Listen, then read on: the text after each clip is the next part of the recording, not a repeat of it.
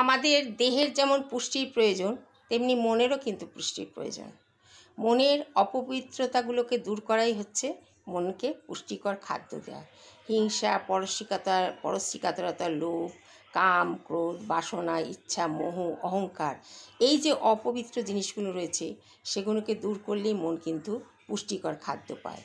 আমরা যেসব খাদ্য রোজ গ্রহণ করি সেগুলো কিন্তু আমাদের মনের ওপর প্রভাব পড়ে ঠিকই, কিন্তু আমাদের যে পঞ্চ ইন্দ্রিয় রয়েছে সেই পঞ্চ ইন্দ্রিয় দিয়েও কিন্তু আমাদের মনের ওপর যথেষ্ট প্রভাব পড়ে। ধরুন আপনি এক গ্লাস জল খাচ্ছেন কি শরবত খাচ্ছেন, কিংবা এক গ্লাস মদ্য পানীয় করছেন, এবার আপনার মনের ওপর প্রভাবটা কি পড়লো, আর আপনার পুষ্টিকর খাদ্যই বা মনে কোনটা পড়লো।